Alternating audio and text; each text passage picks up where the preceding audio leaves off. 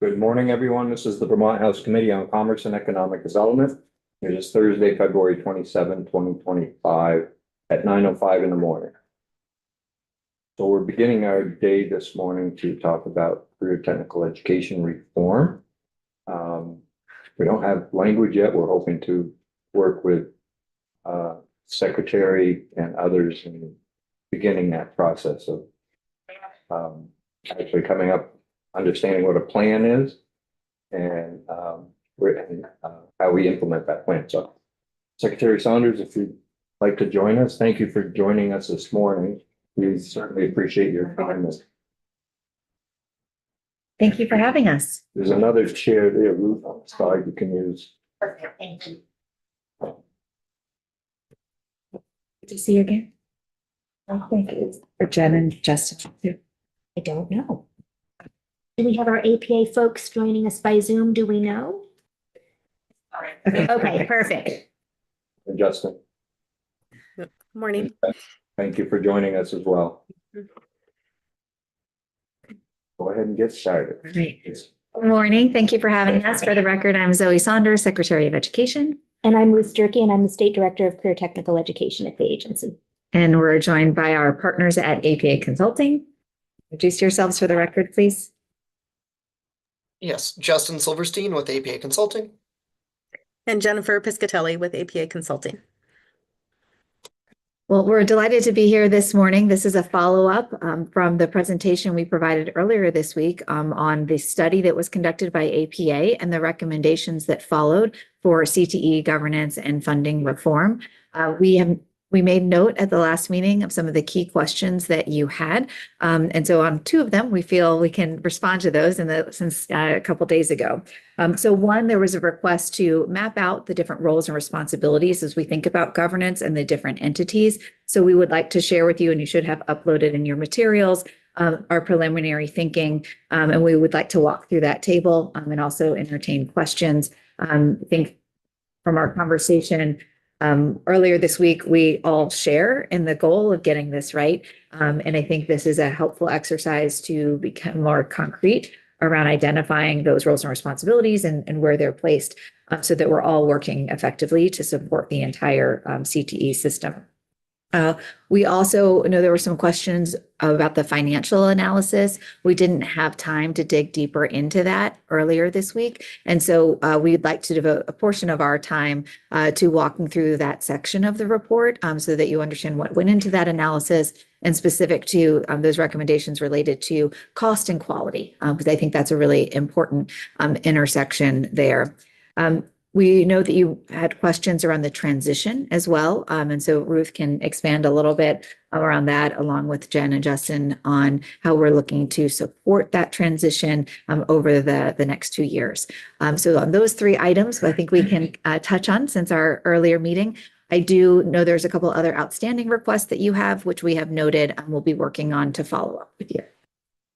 So to begin, we'd like to start by looking at the governance structure and sharing with you the overview of those roles and responsibilities as we've initially documented. I also want to note that we are actively working through our CTE policy sprint team and also the advisory that was set up through the study to help inform this approach as well. So with that, I would ask if Jen, you can share your screen. I don't have mine in front of my computer in front of me right now to walk through that table. I do want to confirm, did everyone have access to that on the website? Okay, excellent, great.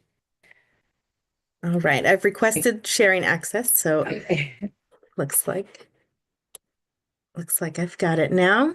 Great. Okay. All right. Are you able to see the? Yes. Yes. Great. Thank Wonderful. you. I'm not Success. working in my regular spot, so it's always a little tricky. So as Secretary Saunders introduced, this is our initial thinking on how the roles and responsibilities would fall out under this proposal.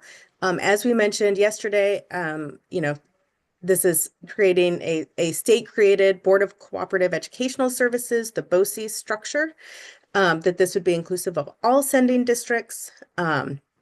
that unlike a lot of other BOCES structures, there would be no fee for districts to join. They're just part of it. That this proposal was intentional to maintain all current CTE centers, and that there would be a transition period to finalize all the specifics. Within the Agency of Education, we see that AOE really, retaining its responsibility for that state level oversight of CTE, looking at areas where program quality could be strengthened across the state, improving system monitoring, and monitoring the equity of CTE access across the state.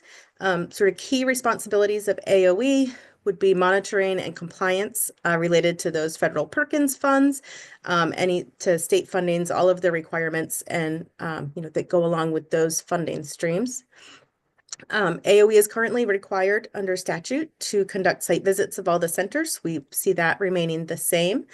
There is state-led professional development and technical assistance that is provided by AOE, and that would continue, along with the curriculum development support and credential mapping that has been underway. Kind of tied to that compliance piece is, all of the required data management, state level reporting and analysis would continue to fall under AOE. And then as it's appropriate to help with coordination with post-secondary systems, with workforce partners and state workforce agencies. So, Jen, when we're talking and Zoe, when we're talking about that last bullet point, I just want to make sure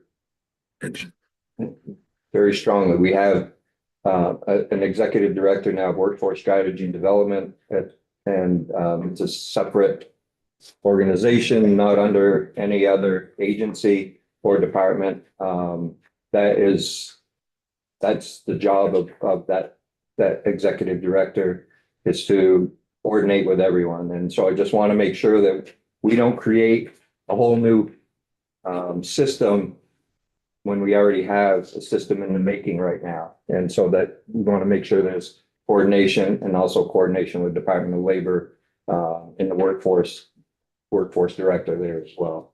Absolutely, that is our intent. We actually have started to organize planning sessions collaboratively to make sure that we're aligning our efforts. And we've been documenting the ways in which the AOE already partners with higher ed, where Department of Labor partners, and the Workforce Board and their role. We'll actually be bringing together our higher ed partners to do some aligned planning so that we have that coordination to achieve our shared goals.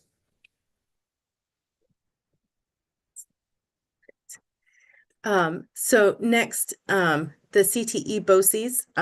So we see the role of the BOCES to oversee and coordinate the delivery of CTE across all of the centers in the state, as well as really kind of owning that additional career exploration at middle schools and high schools, so that the expertise for that lies within the BOCES, and they're able to provide that support to middle and high schools throughout the state. So that isn't not a burden that falls upon the district. If you recall from the presentation on Tuesday, we have the funding for CTE and the proposal going to the BOCES. And so part of the role of the BOCES is then distributing funding to the CTE centers. So that would be working with the center directors to develop their center budgets, which would each be a component of the overall BOCES budget. The BOCES would be responsible for enacting common policies for enrollment and admissions, for adopting a common student information or data system for the BOCES, ensuring that all of the CTE center calendars are aligned. And this is particularly important as it relates to professional development for CTE educators, so that they're on a common schedule. Handling CTE educator compensation, looking at the professional development that could be provided to CTE educators on that common calendar. really helping with curriculum development. So you're not having educators having to recreate the wheel at each center, but there's some sort of a base curriculum that teachers can use and adapt for their own use. And then having common policies around the Career and Tech Ed Teacher Preparation Program for how, what financial assistance is provided to teachers going through that system, and also what type of mentoring and induction support is available to new CTE teachers. As I mentioned before, the BOCES would be responsible for developing those career exploration materials, training, and support for the expansion into lower high school and middle school. And then I know we'll have some questions around this, but really managing centralized systems for contracting, human relations, finance, payroll, benefits, sort of all of those administrative functions. We see the role of the BOCES to coordinate those facility use agreements with where centers are currently housed within an SU at SD or on a shared campus, which would cover both the CTE space, other shared spaces within the buildings, maintenance and operation costs, that really becomes the role of the BOCES to make sure that those agreements are, consistent and all encompassing, so that there's really smooth relationships between the BOCES, the centers, and the districts where the centers are located. As we mentioned on Tuesday, the BOCES would create a coordinated statewide federal Perkins plan, which would occur in consultation with the centers. We really feel it's important for centers to maintain that autonomy to serve their local communities. By bringing the Perkins plan up to a single unified plan, it really removes a very large administrative burden on the centers. But we see this as something that is jointly created with the centers and that results in the BOCES plan. The BOCES would be responsible for coordinating student academic support across centers. We mentioned on Tuesday that there's variability right now in the level of student academic support, say like an English specialist or a math specialist who's able to work with students and really integrate those skills into the CTE curriculum. And so that we see the BOCES coordinating that to ensure that student support is available at the level that it's needed across the state. The BOCES would have a role in ensuring consistent and high quality program implementation, and coordinating transportation with sending districts. And then again, partnering with state and local workforce development, officials and boards and local employers to balance program offerings statewide with workforce needs. Again, this is not creating any new workforce development work, but really ensuring that those agencies and boards that are really focused on the state workforce needs are working in concert with the CTE centers so that, or with the BOCES and the centers, so that they can better plan for the needs of the state and ensure the system can respond to those needs. Can we, now that we've done this block, can we maybe stop there and ask their questions? Oh, I have a few, but I have to. go ahead. Just a question around, you talk about the CT coaches having a governing board. Do you envision that would be an appointed board or an elected board? How are you thinking about that? We've identified some representation that we think would be important to have on that board, so that we, are creating those connections with the Vermont Department of Labor, with the Workforce Board, AOE representatives. We also have consideration around representation from each of the districts as well. So it would be by assigning stakeholder groups to be a part of those. Right.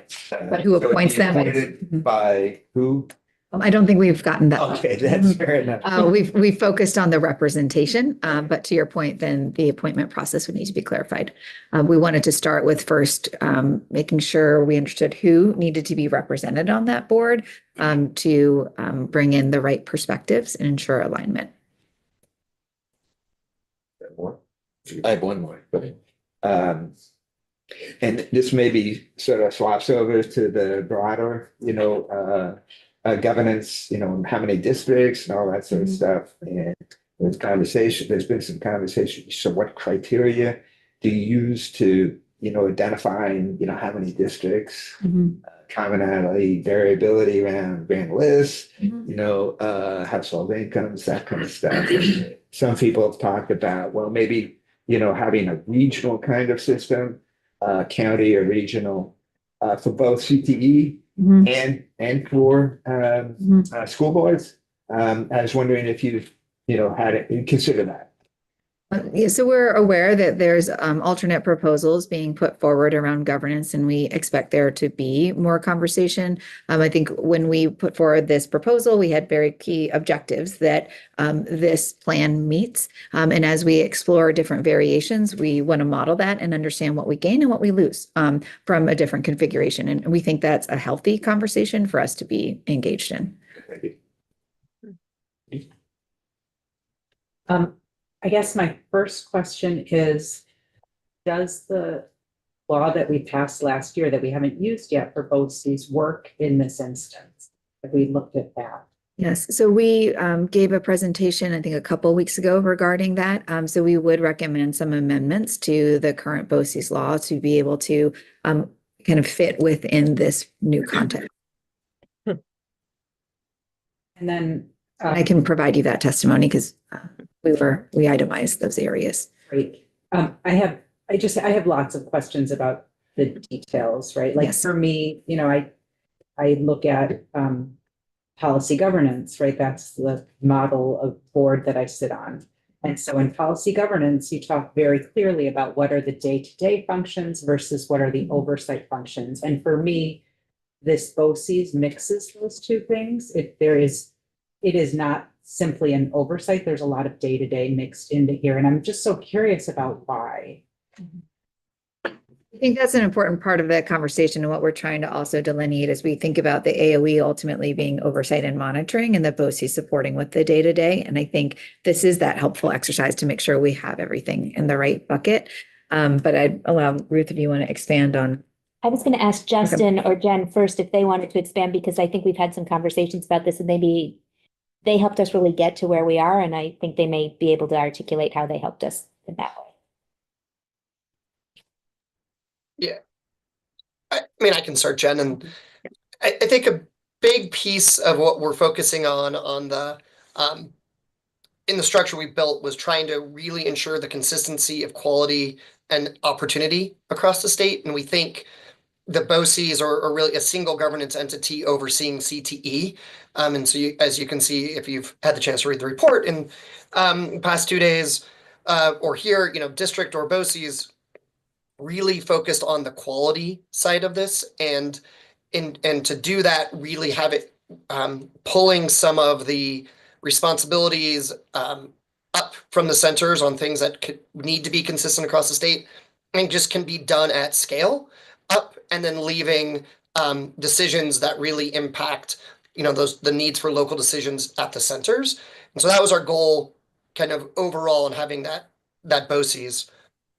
The delineation between, I think, where AOE has oversight and where BOCES have oversight, some of this is just really the sustainability, and I think I talked about this on Tuesday, the kind of looking back historically and just ensuring that you would have an entity that has a funding stream to keep the level of scale of support that's needed going forward, and that there'd be less likely to have fluctuation with about where that support's coming from, and where there's some oversight needed coming from the BOCES, but ensuring the AOE is there to ensure quality and to do the accountability kind of lens. So we've worked hard, and I think, as Secretary mentioned, to try to delineate where we think it's the best fit. Absolutely welcome pushback and thinking about where the buckets might change. Representative Granning, I would say too, this is the point where we want to get precise around this. So it might be helpful if you could identify those areas for you where maybe it doesn't fit in your thinking, and we can do a further dive into exploring that rationale and engaging in conversation around those areas. Yeah, I guess, I mean, in general, right, like, I can be very specific too, but it feels like we pulled things from both oversight and day-to-day and pushed them into this to create an extra level and layer that feels unnecessary in setting up a new system, right? It feels like very much of this could be in the AOE if we clearly add positions, because we are under-resourced to do the work right now, right? So 100%, I know but this is adding positions, right? So this is adding, so it feels like, They're funded through the model. yeah, so it seems like we're creating complexity unnecessarily. Why would we set up a new, finance, payroll, benefit hiring when that is Mhm. done locally right now? And if you try, we have seen statewide hiring doesn't always work well. Mhm. We know that. So why would we move that into a different system and again, create a layer when we're trying to get people into classrooms Right. quickly? It's going to slow that process. Right. So those kinds of things, right? Like, and I feel like, Mhm. every one of these, I could say, move it up, move it down, and I'm looking at this so. Yeah, and I think we've shared, this is our initial thinking, right? So we would welcome that. And if you would like to share even an email with the specific items, I think that's where we are in the process. We want to make sure that it's the right place. We don't want to create extra bureaucracy and layers where we don't have to, but we want to make sure that we have a system in place that ensures consistent quality at scale. And I think those are the questions now that we're all grappling with. So we're very, open to thinking about where these different responsibilities need to fit, but we do feel like there needs to be that specialized support. And I think we can all agree to that, and consistent quality. And this is one mechanism to get there. And we're open to thinking about where these fall. I have one other Yep. piece. The CTE policy sprint team that's been meeting has a variety of folks on it, including Jay, who's right here, and Kendall, who's right there, and also 4 CTE center directors. And I think one of the things that's been helpful there, for that group is grappling with all kinds of things as well. But one of the things I found helpful, and I think will help inform what could come next, is that consideration of where on paper does our current system look strong but have pitfalls, and how do we design whatever we design to take those out of our systems. And I have found it very helpful to hear from several of those who are participating, as well as the contribution from other CTE directors through other channels, to really say, how do we more clearly articulate this in a way that brings consistency, that takes time? Oh, so much time goes into certain things right now. How do we eliminate that to put more energy and effort, especially at that building level, into really in providing great instructional leadership and great support for teachers and students? And I've appreciated the deliberation with which those people participating in that process have helped identify the things we would want to intentionally build into what comes next.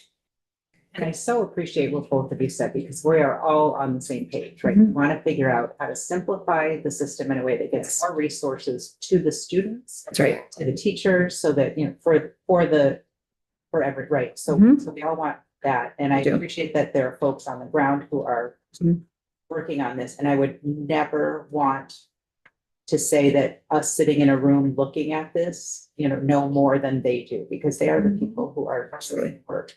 My concern is that and I'm going to say something that hope is not offensive. It's not intended to be offensive, but the agency has been under-resourced for a while. And I know that people are hesitant to rely on an under-resourced agency to do work that could be done at the agency if it were properly resourced. And so I'm concerned that people are looking at, let's create a new entity that we know can be properly resourced, when it is creating an extra layer of government government both, that is unnecessary and will be more expensive, because and slow things down, which is what we don't want, right? That would be worse for staff. And so I want to make sure that all the recommendations coming in are not seen through that lens. So that's my. I appreciate that and take no offense at all. Because we're all going through this reflective process around how do we organize the entire state system to achieve our goals. Some of the challenges with resources are because of the complexity of our current system, right? And so there's a lot of time kind of working through those compliance pieces and supporting the districts in the way that they're organized, right? So all of this is a broader conversation around how to build capacity and what roles should be where, right? There's certain roles right now that are at a district level that maybe should be at an agency level. And that should, that we are hopeful that as through this conversation, we're building capacity of the entire state system at every level, at the agency level, the district level, and the school level. And that's our intention. So I appreciate your feedback. And it's something we're going to need to continue to explore to make sure we're getting this right.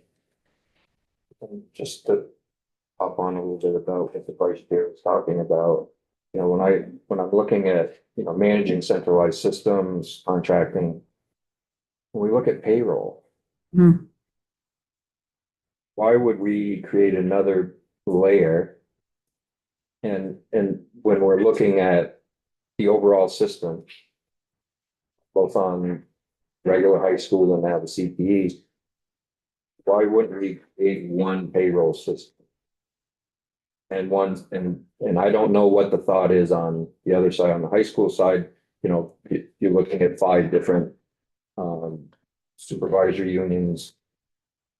But it seems to me that one payroll system for everybody would save us a lot of time, a lot of money, much easier to implement. The state, we already have one payroll system for the state. So why can't we duplicate that so that we're not adding, another 5 or 6 different payroll systems? So I think when we look at some of these centralized systems, how can we join forces with the high school to provide those services that are needed for everybody? Right. And that'll save us money. Also, when I look at talking about CTE center calendars, and I really believe we need one single statewide calendar. But are we just talking about CTEs, or are we talking about the whole system? And I know it's a big it's a big door to open, but those conversations have to be held. And if the CTE centers have a different calendar than any of the sending schools, then we're still in the same place we're at now. So I think when we talk about calendars, we need to talk about them system-wide. That's right. Yeah.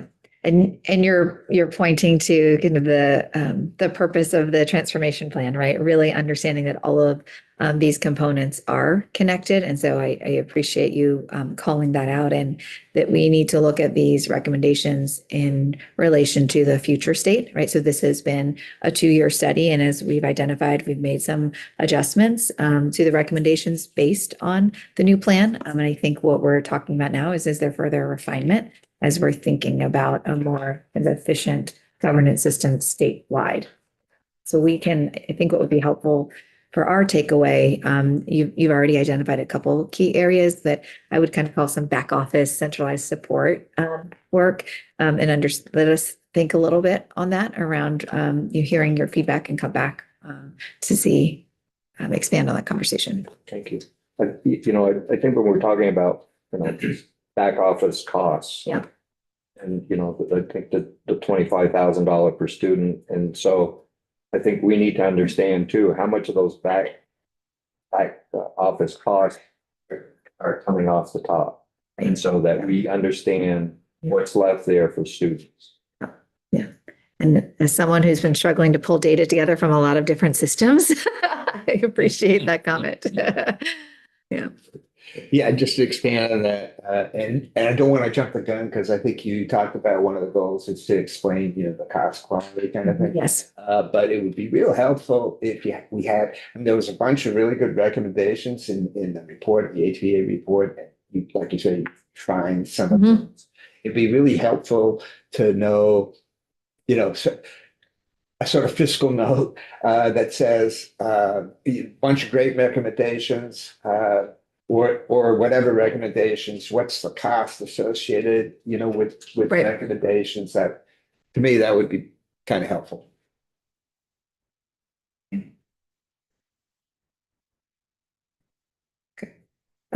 The other thing I would note that I think is really exciting about this plan is creating earlier exposure in middle school and the early high school years. And I think what we're really excited about with this funding model is we've built in those resources to ensure that that can happen consistently. I would note that there's probably some requirements we might want to consider in terms of course offerings, because we have the funding built in, but we should be exploring other discussions around how that comes into our education quality standards in terms of those expectations to make sure that that's being implemented as intended. I think from discussion we had a couple of days ago when this all rolled out, I know we need a lot of talk about facilities. Yes. And I think, I think even as we go down the road of really marketing and really shining a bright light on CTE, that will, I'm hoping, open up and what we're talking about will open up huge opportunities for students. But we're hearing right now that there are a lot of programs that are already oversubscribed. Mhm. And so as we start, I'm afraid that we could really hamper ourselves and hamper our students by really shining this light and making these offerings that they won't even be able to get into the classroom. And so I think we really need to think about facilities, and we know it's expensive. CTE is really expensive because of all the equipment, and so classroom sizes are, I think some are 16 and they're full. How do we need to talk about half-day programs, full-day programs? How do we get more students in? What do we need to do to increase? We may need to increase building size. So I'm afraid that which road do we go down first? Right. The report did note facility needs for the tech centers. And we know that that's a challenge also within our K-12 system for our existing schools with some deferred maintenance. We also know that there's not enough money to make improvements to all of our buildings across the state, right? And so there is some staging in this in terms of really understanding how we're going to organize and kind of right-size our system. And then from there, determining where those investments are best placed to achieve our goals. But we can't lose sight that, yes, facilities is a part of this puzzle. Yeah. I just have Yep, one go ahead. thing. In the interim, one of the things that excites me about this opportunity is you're absolutely right that we have programs with waiting lists. We also have really good teachers geographically not so far away from those facilities with space available. And our current system doesn't best maximize filling each center based on our current service region, current transportation systems, current how things work and where students apply when and how. And we're right now working just with Central Vermont Career Center and Randolph Technical Career Center because Central Vermont has a waiting list for their electrical program, a waiting list for their construction trades program. Randolph has very capable teachers, adequate instructional space, and their programs aren't full because they serve schools that are smaller in size that have merged in ways that mean their population has changed. So I was part of a conversation recently with Jody Emerson and Michael Clark and really talking about how does Central Vermont pilot next year really taking their students who are waitlisted and sharing the information about Randolph with families in a way that Randolph then has the opportunity to hopefully enroll some of those students who are fully ready for career technical education. Barry doesn't have space. Randolph has the luxury of saying they're going to try to provide transportation. How do we build all that? Mhm. A new system would make those pieces so much.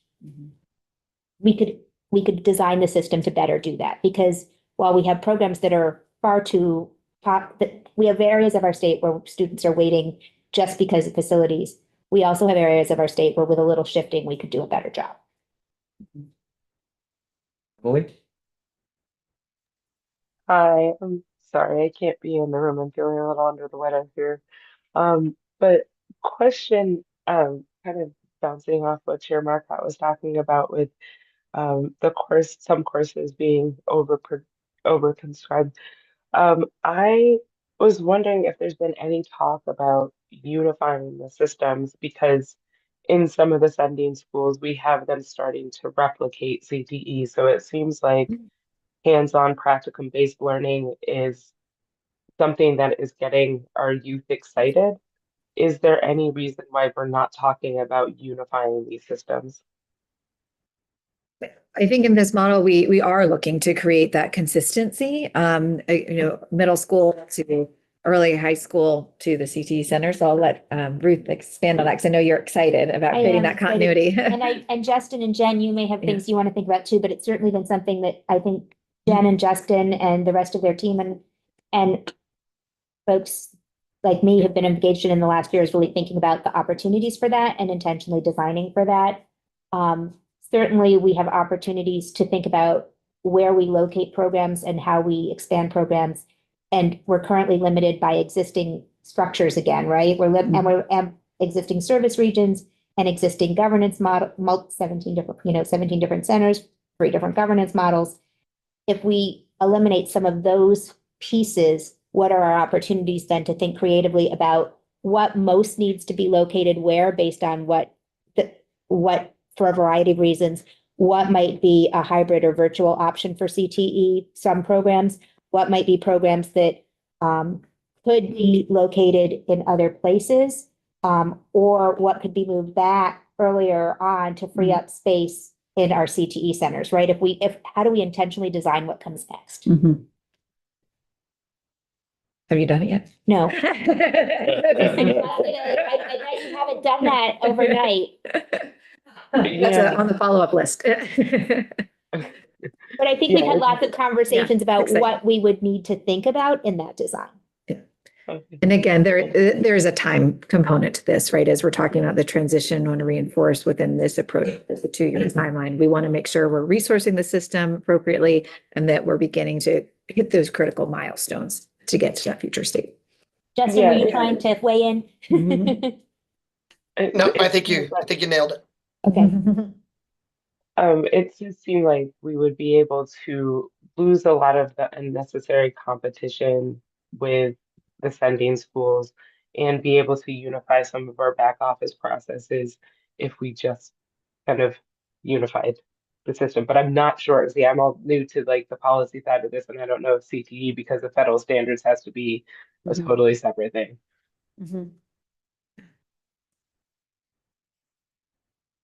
Questions? In the coordinated Perkins plan, it talked about coordinating local needs assessment. And we're talking 17 different entities. And if there is, to the extent there is a groundswell of opposition to any of this reform, it's that they're closing my school and, so what I'm wondering is how do we track those specific area needs?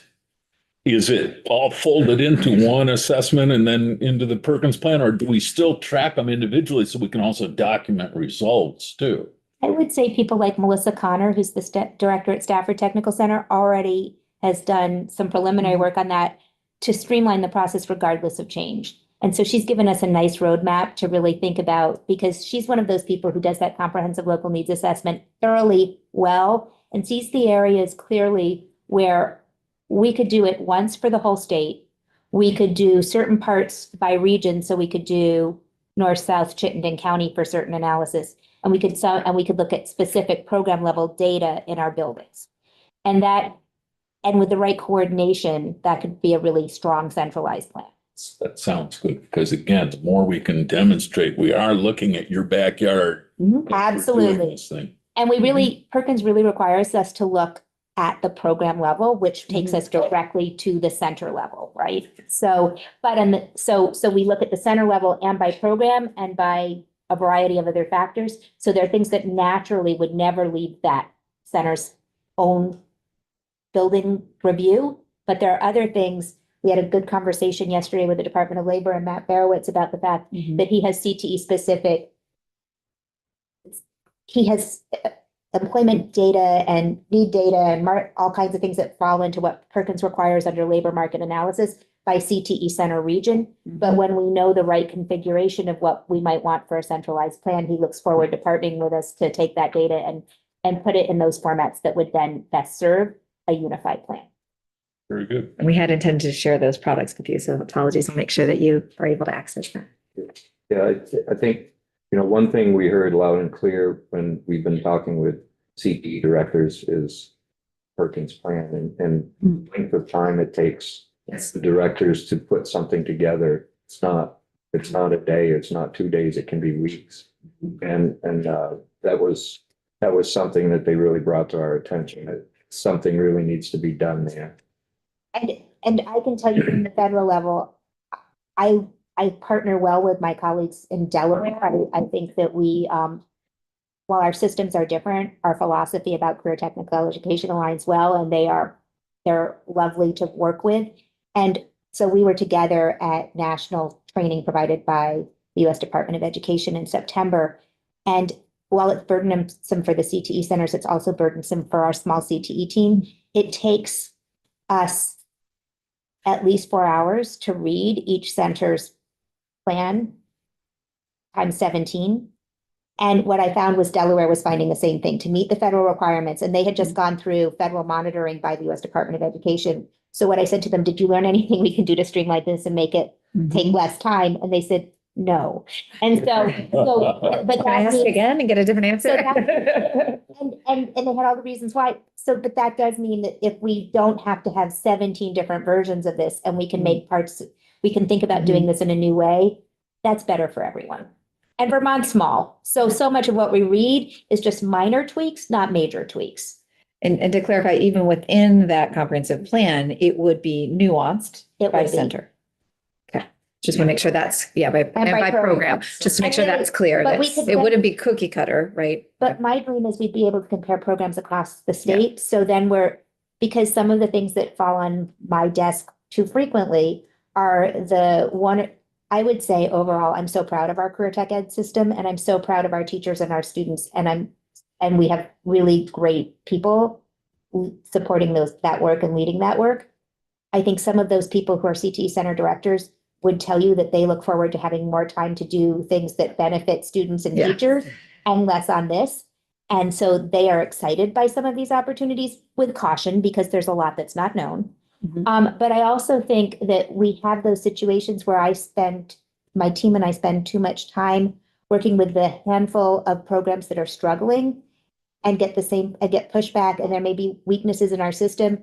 And if we had a more coordinated system so that when we're having those conversations, we could say, for example, of all the construction trades programs in the state, only 2 of you aren't meeting all of these program quality requirements. So how do we provide dedicated support to strengthen that without it being if we're doing it, we have to do that review for 17 centers and have those conversations in multiple ways with multiple people. We could streamline the process in a lot of helpful ways. But it would also, so much of it is just because we have new teachers coming from industry who have to learn what they're doing. We don't have systems currently in place that provide really good peer-to-peer connections. So I just met recently with a center this week where I was like, you really need to go visit the center next to you where you have a seasoned teacher who's got this part down, is willing to share. But our current system means that some of our systems don't support that as thoroughly as they should. Other questions? Okay, I think we can move on. Okay, and just as a point of clarity for timing, how much more time would you like for us to present on this content? Okay. I know you have some of our partners here, so we didn't want to take up too much time. So I want to be respectful of that. This is going to be ongoing. I think before we finish this morning, I hope we're in a place where we can put a plan together of what we need to do this year and how do we get there? And then what are the next steps after that? Perfect. I think with that, there were a couple other roles and responsibilities. I'm not sure that we touched on all. I don't think we got to the sending districts. And then we'll transition doing the financial analysis. Okay. Jen, we want to expand on the sending districts responsibilities? Great. Yep. And I just want to highlight a couple things on CTE Center roles and Okay. responsibilities that I'm not sure we've touched on super clear. Okay. But that, you know, the CTE centers will continue to be led by their site-based directors, that they will oversee everything that happens in their building day to day, both in terms of hiring their staff, you know, choosing the individuals that work in their buildings, managing service delivery for students, you know, the safety that happens day to day in career and tech ed system centers.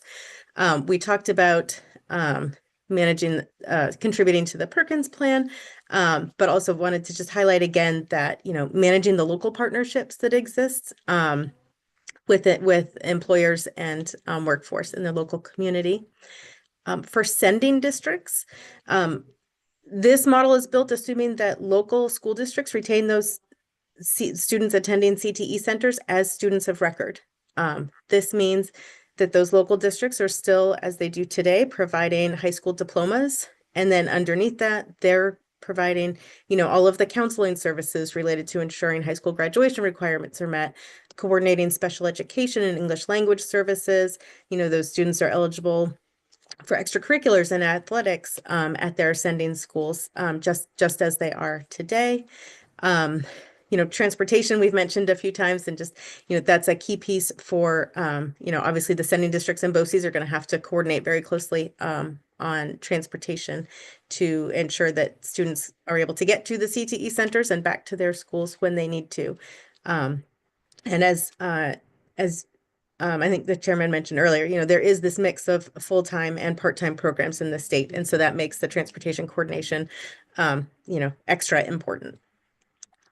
So those were sort of the high-level roles and responsibilities that we had outlined to bring to you today. So welcome any other feedback, questions that you have. So just clarifying, I think, currently, I believe the CTE centers are also providing some of the services that the sending districts are providing. And so I just want to make sure that, I don't know, I guess I'll step back. I'll go back to, are we envisioning the future, or are we trying to fit today into what we want the future to be? And it feels like we're getting a little muddy here, right? Like, you know, are we still going to have every single district having their own graduation requirements, or are we going to have statewide graduation requirements? If we're going to have statewide graduation requirements, why isn't the CTE responsible for filling in their piece of that? And we don't have to think about, right, like, we don't have to have a counselor coordinating from a different location to this location, because they all have the same requirements that they're looking at. So we don't need people trying to jump through unnecessary hoops. We have a full system that works for everybody. So I just want to think about, right, like, that feels, okay. I share those thoughts regularly. Okay. And I would also say that it would also free up the time for the people who hold that CTE school counseling endorsement to do other things that are really more relevant to what needs to happen to the CTE center, without that trying to navigate how they're supporting students from 7 or 8 sending districts with different requirements, and making sure each student, they're doing that coordination piece. If you took that out of the mix, it would provide so much more time for helping students really be prepared for that secondary to post-secondary or career success, to really supporting expanded opportunities for dual enrollment, to expanding other opportunities, to really doing college planning with students who are first-generation college students, but to do it in a CTE context because they may be exploring things that Create the workforce. Exactly. Right, like, there's so so much that if we shifted, what an opportunity for the people. But I do think it's important to note that this framework was built with the assumption of the 5 districts. And so a lot of the differences in graduation requirements would already there might not be a statewide set of graduation requirements, but most of the students within a single CTE center would be coming from one district, and that one district would have a single set of graduation requirements. The complexity is greatly reduced when we're operating at scale. And also when we think about some of the challenges and the tension and competition for funding, you don't see that when you're operating at scale at the high school level as well. So it's not just at the district level, but it's also for your 11th and 12th grade class, and making sure that the school is resourced to really promote a lot of different pathways for students to be successful, which is what we desire. But we need to be at scale to do that effectively. And then just my last thing is, again, we're visioning, but we're in a current system. And I'm wondering if we can get a third column here, which is who's currently doing the work? Yes. And if it's brand new work. Yes. Because I think some of that is going to help us to understand where the pinch points are going to be and how we get to this better new system that we're working. I think that's a great suggestion. Yeah, so part of our homework as members has been to review the report of APA. Nice long report. We like long reports. A lot of good stuff in there. And there's about 10 recommendations that they made. And I'm trying to sort of on the fly sort of match up the 10 recommendations with your proposal. I see some commonalities. I'm wondering if you have something already worked out that sort of tracks the recommendations that were made in the report to what you folks are making now, just so that I don't have to do that work myself. Yeah. We don't want you to have to do extra work. And we have been doing that analysis, and what we see is that the education transformation proposal really strengthens and supports the CTE proposal. And so it really helps to create that greater coordination between the sending school and the tech center. It addresses some of the challenges that we're currently facing with a lot of the bureaucracy, different requirements and things of that nature. But to your point, I think it would be helpful for us to be able to map that out for you so you can see it. A long list from you for homework assignment. We're looking at CE centers themselves and sending districts. I didn't see anything on the regional advisory board. And do they come into play? And if they do, are we expanding or providing powers to that board as well? I know that's something we've talked about over the years of utilizing a board that's already in existence, and how do you provide, how do we make their role more important? I think that's on page 7.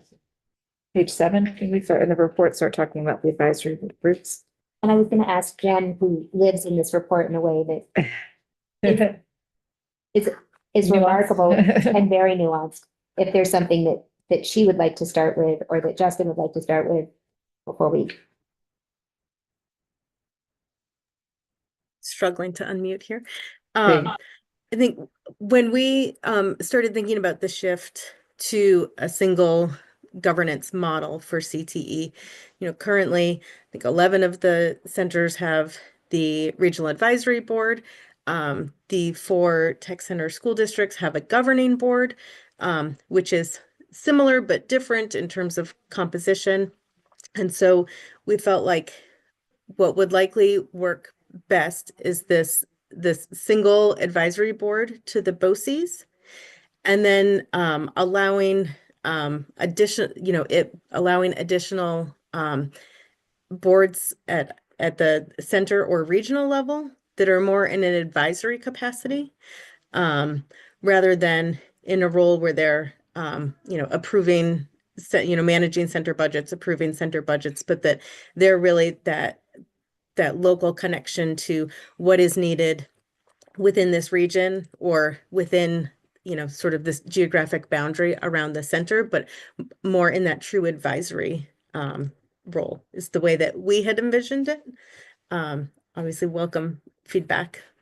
I would just like to add one thing, because I do think the conversations we've started to have, and I'd say it's still preliminary, but if we if we assume a different number of districts to start with, and if we take what's best from our existing regional advisory board process, which is ensuring that each sending district is well represented in an oversight and governance role for our CTE centers.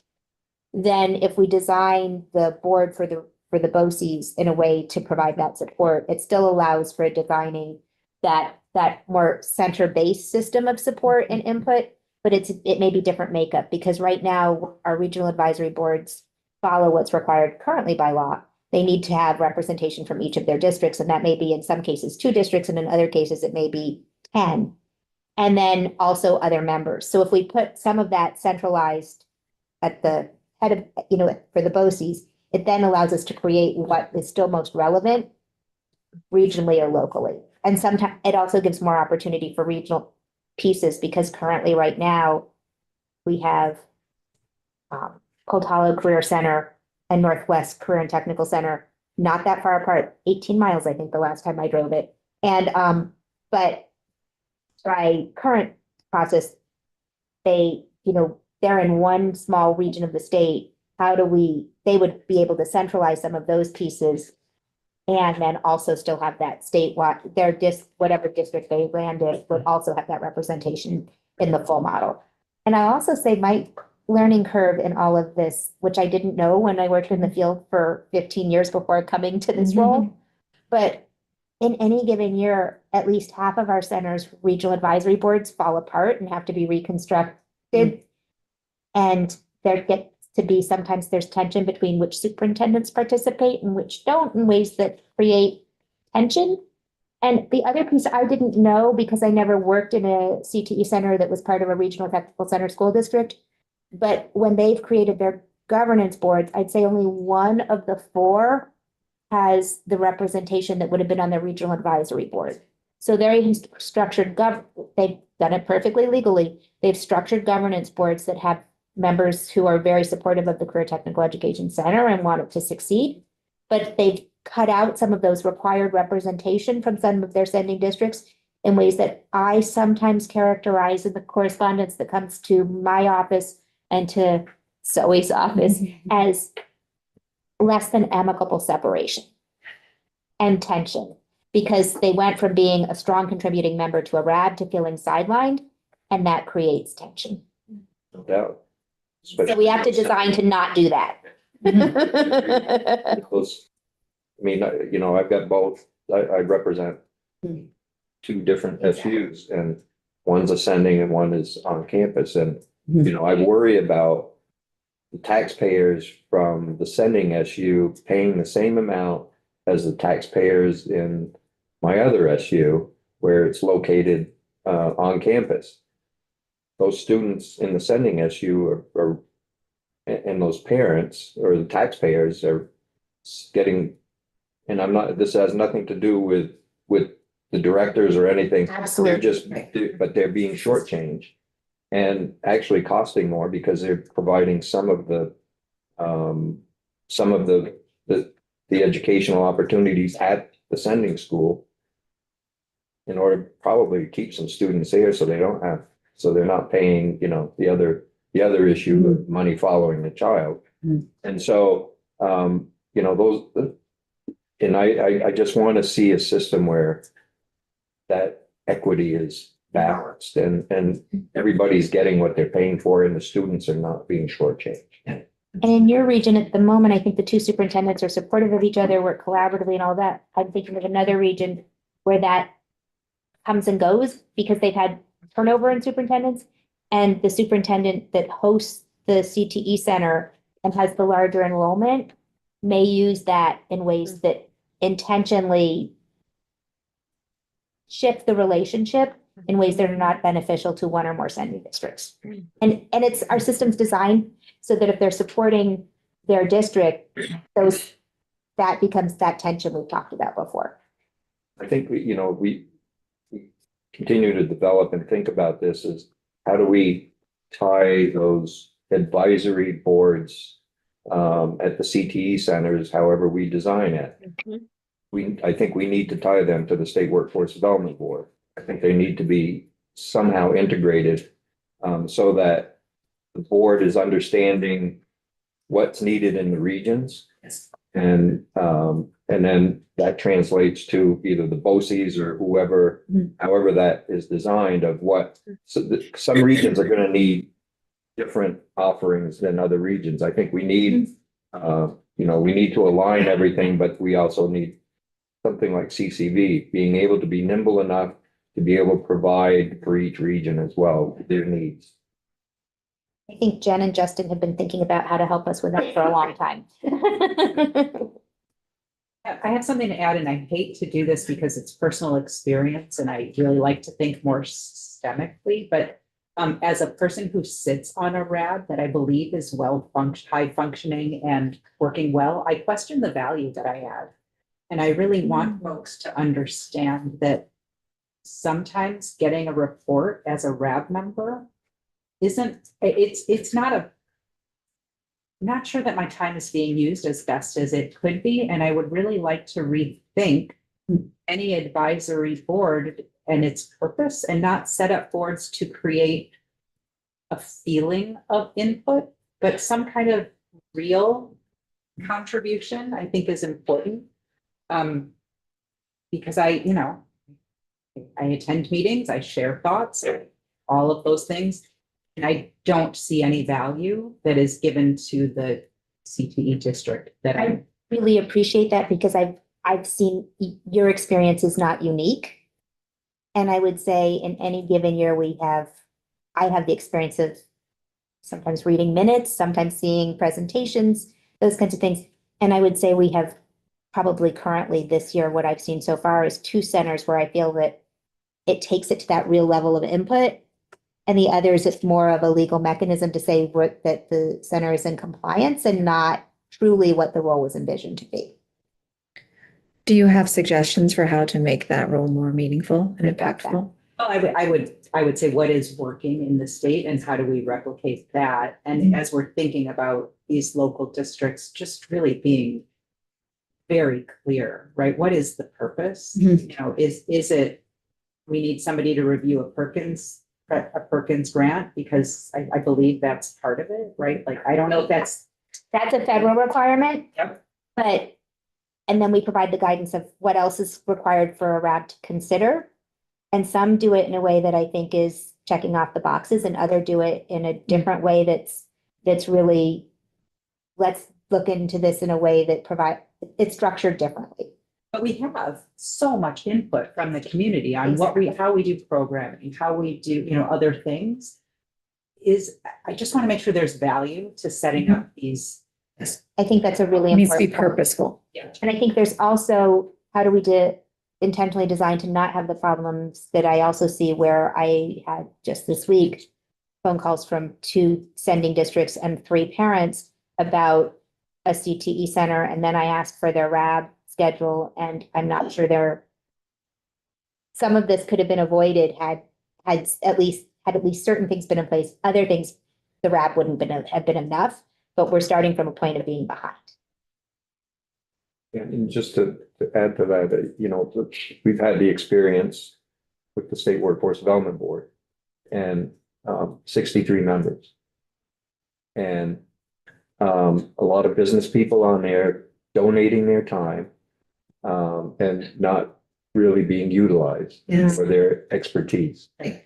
And I think that's, and I'm sure that's where the vice chair is going, is that we need to if people are going to donate their time to something, they want to make sure that what they're donating is being utilized, right? Absolutely. And so I think that's really important of how we design it. We had the same issue when we had the WIBs too. Yes. Workforce investment boards from the regions. We had some really good functioning ones and we had others that were checking the box and collecting a paycheck. So we need to, and I think it's a really good point that whatever we design for the regional advisory, that it really means something. We're also required by federal law to have, and by state board rule at the moment, but it's a federal requirement that we then tailored to Vermont and state board rule, but to have program advisory committees. And many of our CTE teachers regularly ask me, is there a way to regionalize or do statewide committees? Because they feel guilty asking the same people to serve on multiple boards. And so this is an opportunity to address that as well with intentionality. Let's talk about, let's keep in our back of our minds, that's how, that might be something that we can utilize, State Workforce Development Board, because now that we've shrunk it down to 27, we still can provide for subcommittees that, and so that might be something that we can all work together. I have that noted, just to make sure we can come back and have further discussion around ensuring that those roles are purposeful and impactful and not duplicative as well. Okay.